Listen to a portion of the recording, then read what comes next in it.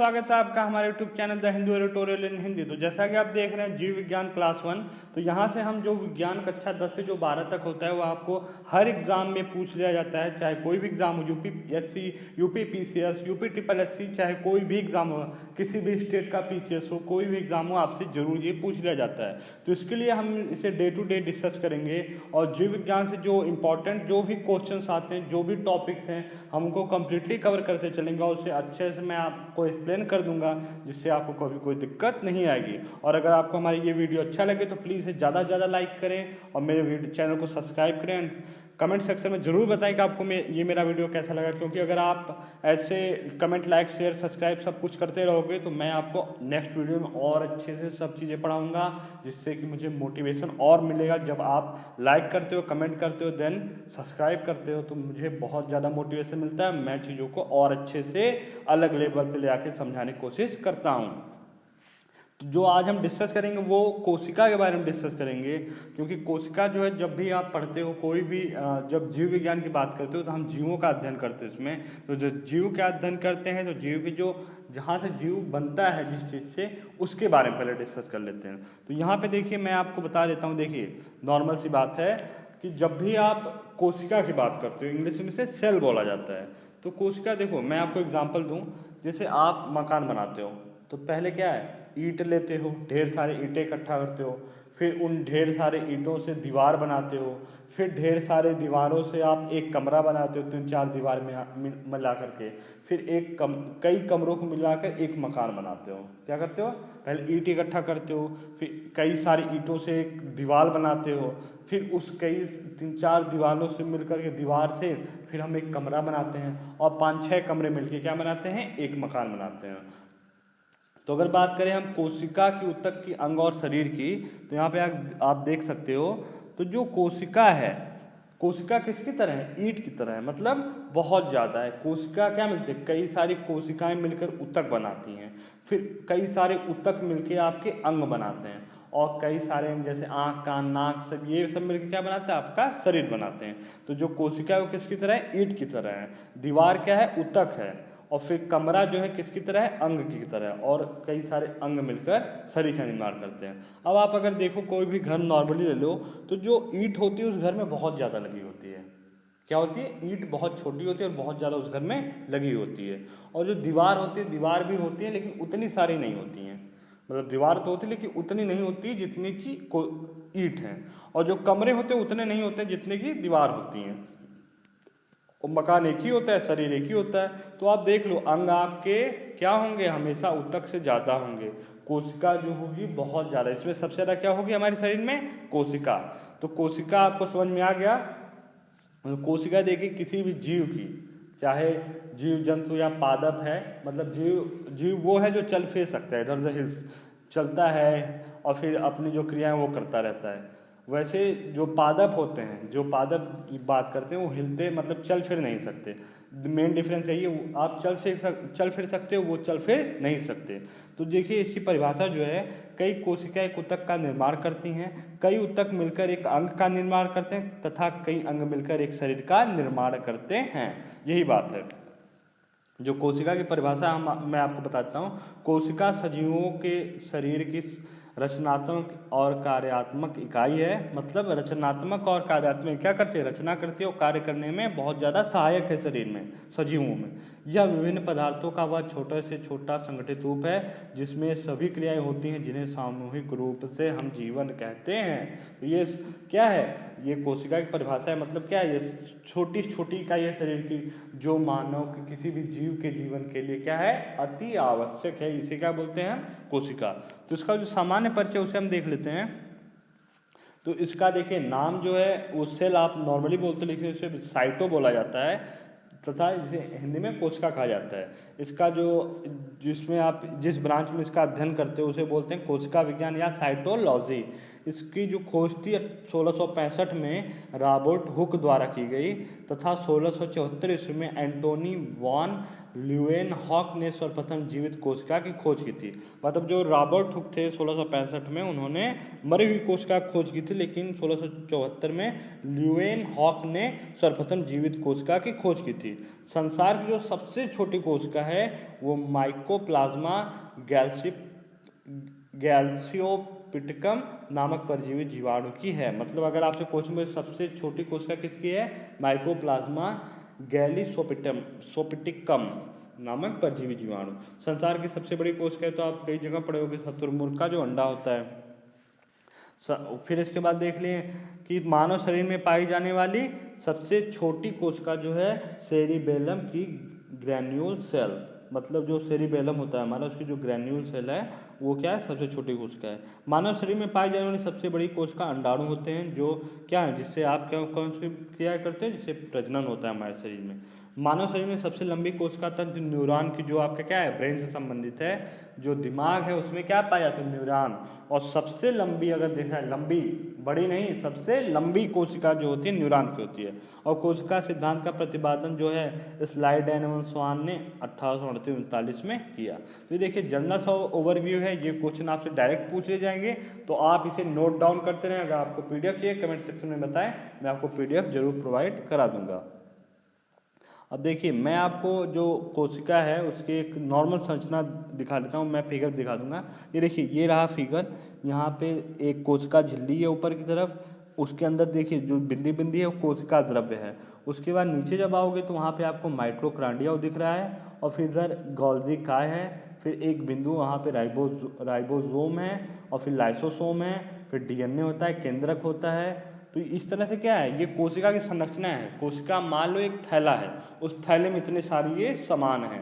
एक प्लास्टिक की झिल्ली जैसे आप लेते हो ना, जाते हो चीनी दाल नमक, उसमें जब बैग लेके जाते हो, एक बैग में बाजार सामान लेने, तो उस बाजार से कई सामान खरीदते हो, तेल नमक चीनी घी आलू सब कुछ खरीद के उस बैग में डाल लेते हो, फिर लेके आते हो क्या, घर पे। तो जो बैग है उसी तरह कोशिका भी होती है। कोशिका के अंदर आपकी माइटोकॉन्ड्रिया होते हैं, गोल्गी काय होता है, राइबोसोम होते हैं, लाइसोसोम होते हैं, केंद्रक होता है, डीएनए, ये सब उसके क्या है, झिल्ली के अंदर, कोशिका के अंदर पाए जाते हैं। अब कोशिका का आकार जो होता है गोलाकार भी होता है, अंडाकार भी होता है, स्तंभाकार होता है, फिर रोमक युक्त होता है, बहुभुजी होता है, आदि होता है। तो इस तरह से इसका आकार होता है, ऐसा नहीं कि गोलाकार ही होगा, अंडाकार ही होगा, मतलब गोलाकार ही होगा, कई तरह का इसका आकार होता है। तो अब देखिए जब कोशिका आपको क्लियर हो गया तो हम बात करते हैं माइटोकॉन्ड्रिया की। आप देखिए पावर हाउस का नाम सुने हैं, पावर हाउस, बिजली का पावर हाउस। देखते होंगे कि बिजली के पावर हाउस से हर जगह क्या की जाती है, सप्लाई की जाती है। तो उसी तरह जो कोशिका के अंदर माइटोकॉन्ड्रिया होता है, माइटोकॉन्ड्रिया वो क्या करता है, वो क्या करता है, ऊर्जा की सप्लाई, पावर हाउस मतलब क्या है, पावर की सप्लाई करता है, शक्ति को क्या करता है, भेजता है शरीर में। मतलब जहाँ जैसे आप भी गांव में क्या है, पावर हाउस लगा हुआ है, उस गांव से क्या होती है, जैसे इस घर में बिजली की जरूरत है इस क्षेत्र में, तो वो क्या करता है, वो पावर हाउस वहाँ पे बिजली देता है। उसी तरीके से जो हमारा माइटोकॉन्ड्रिया है वो भी कोशिका के अंदर होता है तथा जिसको जहाँ जरूरत होती है शरीर में वहाँ पे वो ऊर्जा को भेजता है। इसीलिए आप सुनते होंगे, पढ़े होंगे कि माइटोकॉन्ड्रिया जो है वो क्या होता है, उसको पावर हाउस भी बोला जाता है। तो ठीक है, तो इसकी जो खोज की थी उन्होंने की थी अल्टमैन ने 1866 में की थी, तथा माइटोकॉन्ड्रिया का नाम जो था वो कार्ल बेंडा जो थे उनके द्वारा 1898 में दिया गया। ये जंतु कोशिका और पादप कोशिका दोनों में पाया जाता है। मतलब जो माइटोकॉन्ड्रिया होता है, मैं देखिए मैं आपको कोशिका और ये डिस्कस करके तब आपको जो पादप कोशिका जंतु कोशिका का है उसका अंतर बहुत अच्छे से डिस्कस करूँगा, जिससे आपको कभी कोई एग्जाम में कोई दिक्कत नहीं आएगी। तो जो ये जंतु कोशिका और पादप कोशिका दोनों में माइटोकॉन्ड्रिया पाया जाता है, यह कोशिका की कोशिका द्रव्य में दोहरी झिल्ली से घिरा होता है। देखिए जो कोशिका में क्या होती है, कोशिका में दो झिल्ली होती हैं, एक बाहरी झिल्ली होती है, एक भीतरी झिल्ली होती है। तो ये क्या होता है, जो कोशिका द्रव्य में दोहरी झिल्ली से घिरा होता है, मतलब जो दोहरी झिल्ली होती है, दो झिल्लियाँ बाहरी भीतरी झिल्ली, उसके अंदर क्या होता है, घिरा होता है।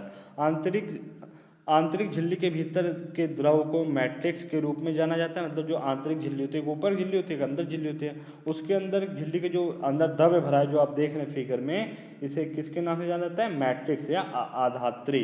इसमें प्रोटीन, एंजाइम, राइबोसोम, डीएनए होते हैं। मतलब क्या होते हैं? इसमें जो आपका होता है जो मैट्रिक्स होता है उसके अंदर प्रोटीन होते हैं, एंजाइम होते हैं, राइबोसोम होते हैं, डीएनए होते हैं। माइटोकॉन्ड्रियल डीएनए के कारण अपने प्रोटीन व एंजाइमों का निर्माण खुद करता है। मतलब जो माइटोकॉन्ड्रियल है वो किसके कारण, जो इसमें डीएनए होता है उसके कारण अपने प्रोटीन व एंजाइमों का निर्माण खुद करता है। बाहरी झिल्ली व भीतरी झिल्ली के मध्य कुछ खाली स्थान रहता है जिसे परिमाइटोकॉन्ड्रियल अवकाश कहते हैं। देखिए जब दो झिल्ली है, जो बाहरी भीतरी झिल्ली आपको दिख रही है, उसके बीच में क्या होता है? गैप होता है, उसको क्या बोलते हैं? परिमाइटोकॉन्ड्रियल अवकाश। आंतरिक झिल्ली में कई उभागे भार होते हैं जिन्हें क्रिस्टी कहा जाता है।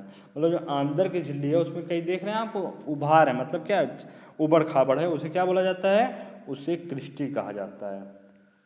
और देखिए ये किसका निर्माण करता है? माइटोकॉन्ड्रिया एडेनोसिन ट्राइफॉस्फेट का शरीर में निर्माण करता है, जो किसके फॉर्म में होता है? जब ये ऊर्जा प्रदान करता है, तो जैसे मान लो ये पावर हाउस है, पावर जनरेट किया, तो जो पावर जनरेट होती है आपको देखो तार के माध्यम से गांव में जाती है, तो ये किसके माइटोकॉन्ड्रिया जो पावर जनरेट किया वो किसके माध्यम में जाती है? एटीपी, जिसे एडेनोसिन ट्राइफॉस्फेट का नाम बोला जाता है।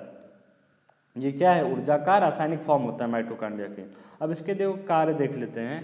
ये देखिए मैंने आपको बताया कि पावर हाउस है, ऊर्जा का निर्माण करता है, तथा मान लो आप जैसे मैं बोल रहा हूँ तो मुझे बोलने में बहुत ज़्यादा एनर्जी लग रही है। अब मेरे पास पता चले कि जीभ जो है बोलते बोलते वो क्या हो रही है? थक गई मेरी जीभ। तो यहाँ पे अब लगा माइटोकॉन्ड्रिया को, अरे यहाँ पे शरीर की ज़रूरत है। अब वो पावर हाउस है, तुरंत क्या करेगा? मेरे पैर की एनर्जी लेगा और तुरंत उस माइटोकॉन्ड्रिया के थ्रू पहुँचा देगा मेरे जीभ के जो कोशिका हैं, जो उसके अंदर जो माइटोकॉन्ड्रिया उसको पहुँचा देगा।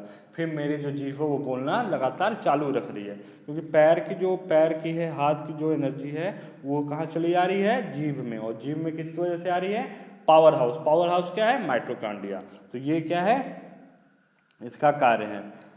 ये केवल यूकैरियोटिक कोशिका में पाया जाता है। ये सब मैं आपको यूकैरियोटिक, प्रोकैरियोटिक सब डिस्कस करूंगा, अभी मैं आपको बेसिक बता रहा हूँ। इसका मुख्य कार्य श्वसन क्रिया को संपादित करना होता है। माइटोकॉन्ड्रिया कोशिकीय श्वसन में भाग लेता है, ये ऑक्सीजन जलाकर ऊर्जा पैदा करता है। देखिए जब कोशिका जो है श्वास वाला जो उसका ऑक्सीजन जब ग्रहण करती है कोशिका, जो आप देखते हो कि शरीर में छोटा छोटा है ना ये कोशिका है, ये क्या करती है? जब ऑक्सीजन लेते हैं, नहीं बोलते आप रोम छिद्र, तो ये करते हैं ऑक्सीजन लेते हैं। जब ये ऑक्सीजन लेते हैं तो ऑक्सीजन को क्या करती है? जला देती है। उससे जला से क्या पैदा करती है? ऊर्जा पैदा करती है, जो आपके शरीर में वो ट्रांसफर करती है। इसी प्रक्रिया को ऑक्सीकरण बोलते हैं। और अगर आपसे क्वेश्चन पूछ ले एग्जाम में क्या कि माइटोकॉन्ड्रिया क्या करता है? ये ऑक्सीकरण की प्रक्रिया से शरीर में ऊर्जा उत्पन्न करता है, मतलब ऑक्सीजन को जला करके। माइटोकॉन्ड्रिया में गोलाकार डीएनए एवं 70S राइबोसोम पाया जाता है, जो कि प्रोकैरियोटिक कोशिकाओं का लक्षण है। ये देखिए मैं इसे अभी लिख दिया हूँ, आप इसे पीडीएफ डाउनलोड करके पढ़ लेना। मैं प्रोकैरियोटिक, यूकैरियोटिक सब आपको डिस्कस करूँगा बहुत डिटेल में, बहुत बढ़िया से। अब जो कोशिका का नेक्स्ट भाग है उसे हम देख लेते हैं, उसको गोल्जी कार्य बोला जाता है। तो ये रहा फिगर, देखिए ये एनिमल सेल है, माइटोकॉन्ड्रिया है, और ये पादप सेल, पादप कोशिका है।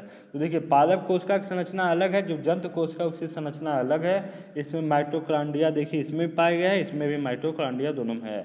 और फिर आगे हम देख लेते हैं, आगे देखिए ये रहा आपका, ये क्या है हमारा?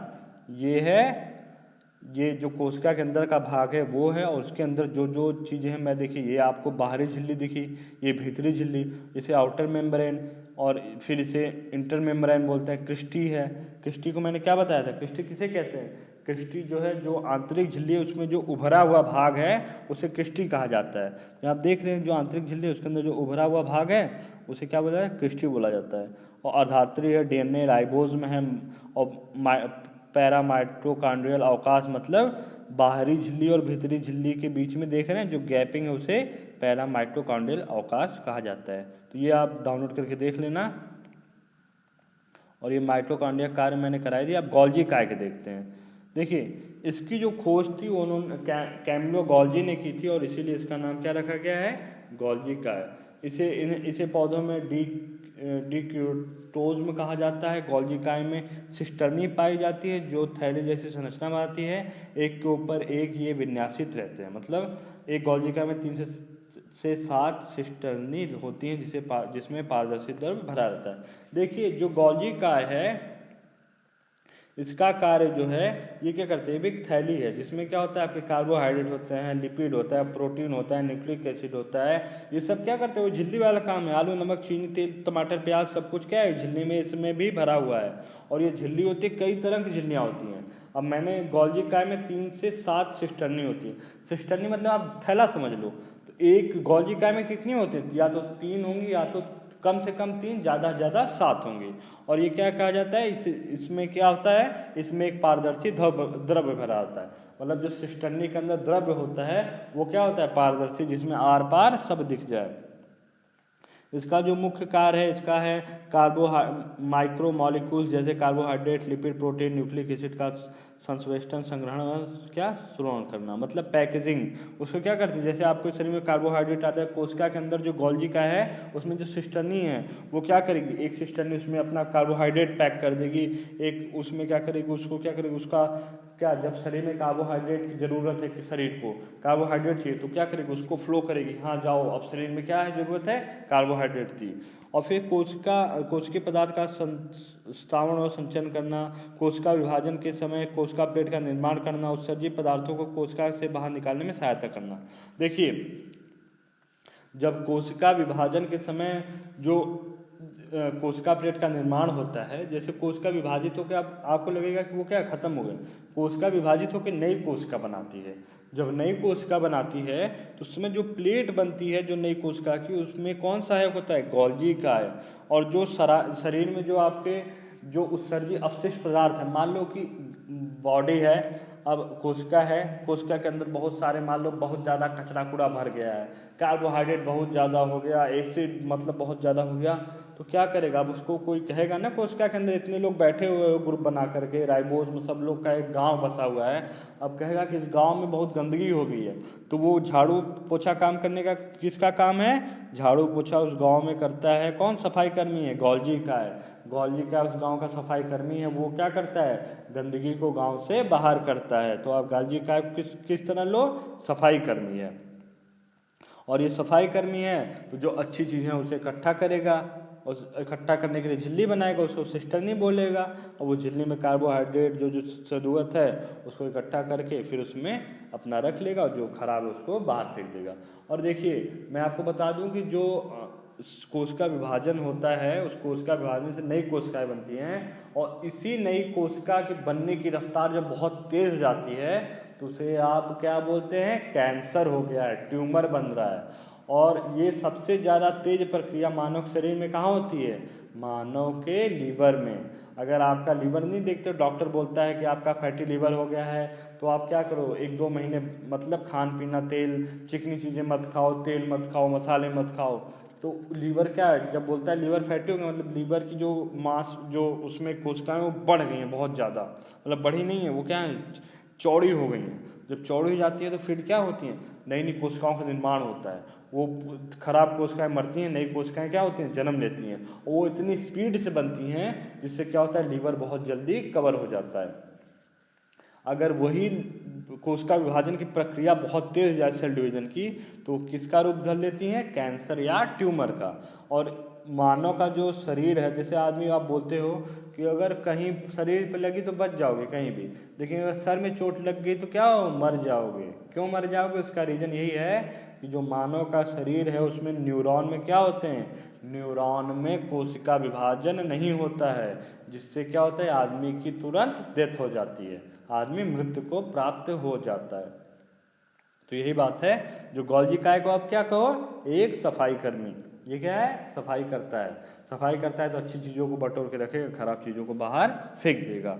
अब मैं फिगर दिखा देता हूँ। देखिए कोशिका है आपका, एक गोल्जी काय है। आप देख रहे हो यहाँ पे क्या है, जैसे मैंने बताया ना कि झिल्ली की तरह बना हुआ है, ये सिस्टर्नी है 3 से 7। अब मैं आगे और दिखाता हूँ आपको, ये देखिए ये रहा। अब यहाँ पे आप देख रहे हो ये सिस्टर्नी है, जो थैले तर जैसे बने हुए हैं, 1 2 गिन लो कितने, 1 2 3 4 5 6, इसमें 6 हैं। अब वो 6 में क्या करेगा, एक में कार्बोहाइड्रेट रखेगा, एक में प्रोटीन रखेगा, एक में न्यूक्लिक एसिड रखेगा, एक में लिपिड रखेगा। इस तरह से वो क्या करता है, चीज़ों को इकट्ठा करता है, और जो इसमें खराब है उनको क्या करेगा, इनको बाहर फेंक देगा। तो ये काम किसका है, गोल्जी का है। ये क्या है, जो एक एक पार्ट है ये सिस्टर्नी है। और फिर देखिए आगे हम बात करते हैं शरीर, जो कोशिका में अंतर्गत एक और पाया जाता है, वो क्या होता है, लवक। लवक को इंग्लिश में क्या बोलते हैं आप, इसको बोलते हैं प्लास्टिड। इसको क्या बोलते हैं, प्लास्टिड। अब देखिए जैसे आप, मैं नॉर्मल आपको बताता हूँ। आप देखते हो कि क्या होता है, आम जो होता है, पहले आम क्या होता है, बौर लेता है। आपका तो आम बौरा गया है, मतलब आम बौर लेता है, उसमें छोटे छोटे फल लगते हैं। फिर उन फल को देखते हो आप, पीले कलर का होता है। फिर धीरे धीरे बड़ा होता है तो वो ग्रीन कलर का हो जाता है। फिर देखते हो धीरे धीरे बढ़ता है, क्या हो जाता है, पीला हो गया। आपका तो पक गया, एकदम पक गया, आप खाएंगे इसको। तो उसका क्या होता है, कलर बदलता रहता है। और जो कलर बदलता है वो किसकी वजह से बदलता है, उसमें उपस्थित प्लास्टिड या लवक के वजह से। और ये लवक कितने प्रकार के होते हैं, लवक 3 प्रकार के होते हैं। तो देख लेते हैं। सभी पादप कोशिकाओं में कुछ प्रोटोजोआ जैसी यूग्लिना में पाए जाते हैं। मतलब जो सभी पादप कोशिकाएं उसमें पाई जाती हैं, जीव जंतुओं में नहीं पाए जाते हैं। जीव जंतुओं में पाए जाते हैं, ये आपको सच सच के बताओ कि जीव जंतुओं में पाए जाते हैं कि नहीं पाए जाते हैं, और पाए जाते हैं तो किस जंतु में पाए जाते हैं। सभी पादप कोशिकाओं में कुछ प्रोटोजोआ में पाए जाते हैं, जैसे यूग्लिना। लवक कोशिका में पाए जाने वाले सबसे बड़े अंगक होते हैं, ये अंडाकार होते हैं। इसकी खोज हेकले नामक वैज्ञानिक ने 1865 में की थी, लेकिन लवक शब्द का सर्वप्रथम प्रयोग सिम्पर ने 1885 में किया था। मतलब इसकी जो खोज की थी लवक की, इसने हेकल ने की थी 1865 में, और इसका जो सर्वप्रथम प्रयोग जो किया था सिम्पर ने 1885 में। ये 3 प्रकार के होते हैं। एक होता है हमारा क्लोरोप्लास्ट, जिसे बोलते हैं हरित लवक। ये हरे रंग के होते हैं। यह पर्णहरित की उपस्थिति के कारण हरे रंग का होता है। यह प्रकाश संश्लेषण क्रिया के केंद्र है, इसलिए इसे प्रकाश संश्लेषक पादप कोशिकाओं में ही पाए जाते हैं। देखिए जो हरित लवक है, मैं आपको बता दूं ये क्या होते हैं, वही जिसमें क्या हो, किसी भी चीज का कलर, अगर पेड़ पौधा है, कोई पादप है, उसका कलर हरा है, तो किसकी वजह से है, हरित लवक की वजह से।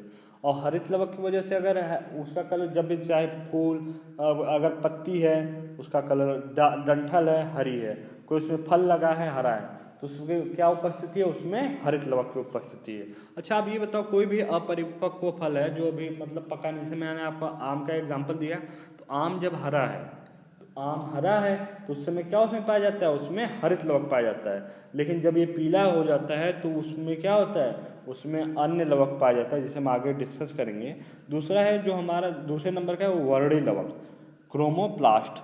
ये हरे रंग को छोड़कर पौधों में पाए जाने वाले अन्य रंगों के लिए उत्तरदायी होते हैं। ये रंगीन होते हैं, जो परिपक्व फलों तथा पुष्पों को रंगीन बनाते हैं, तथा इनका प्रमुख कार्य पुष्पों में उपस्थित वर्णी लवक कीटों के परागण के लिए आकर्षित करते हैं।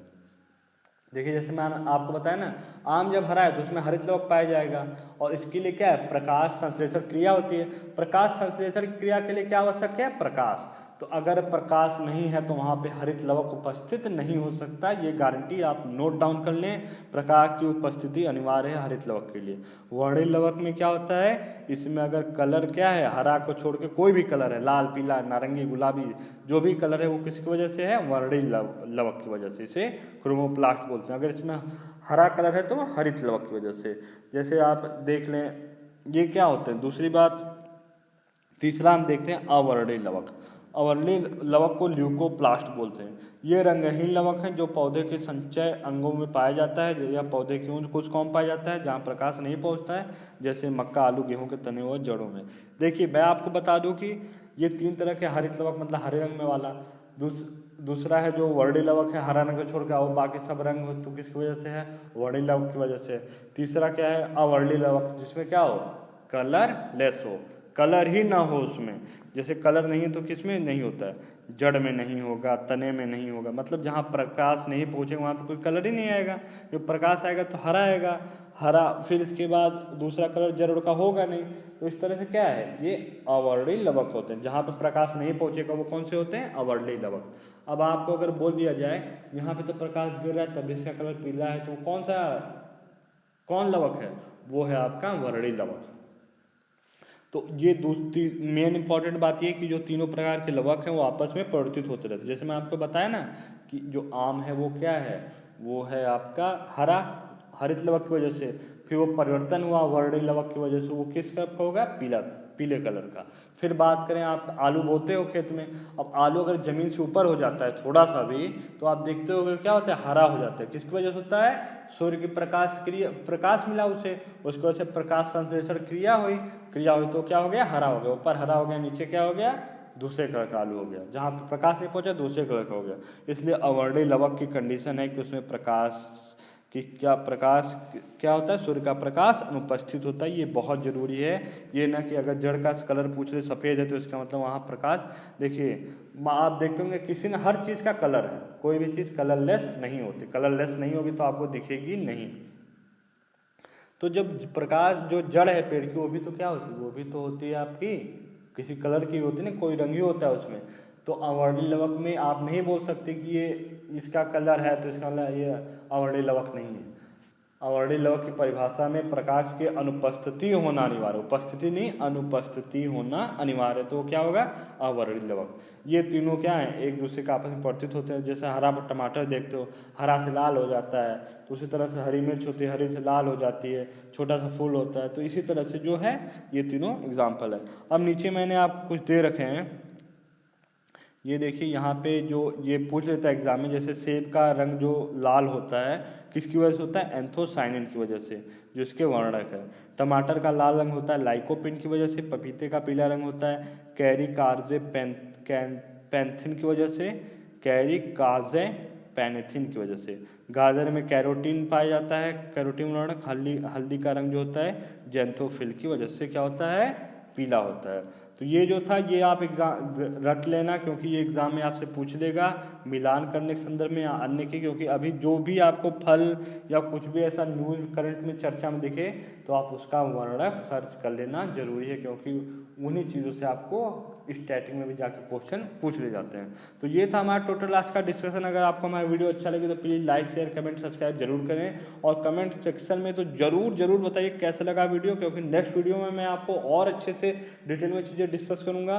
और फिर अगर आपको हमारा वीडियो अच्छा लगे तो आप मेरे चैनल को जरूर सब्सक्राइब करेगा। अगर ये PDF डाउनलोड करनी है तो आप डिस्क्रिप्शन बॉक्स में जाकर टेलीग्राम पे जुड़ जाइए, जहाँ से आपको फ्री PDF प्रोवाइड करा दिए गए।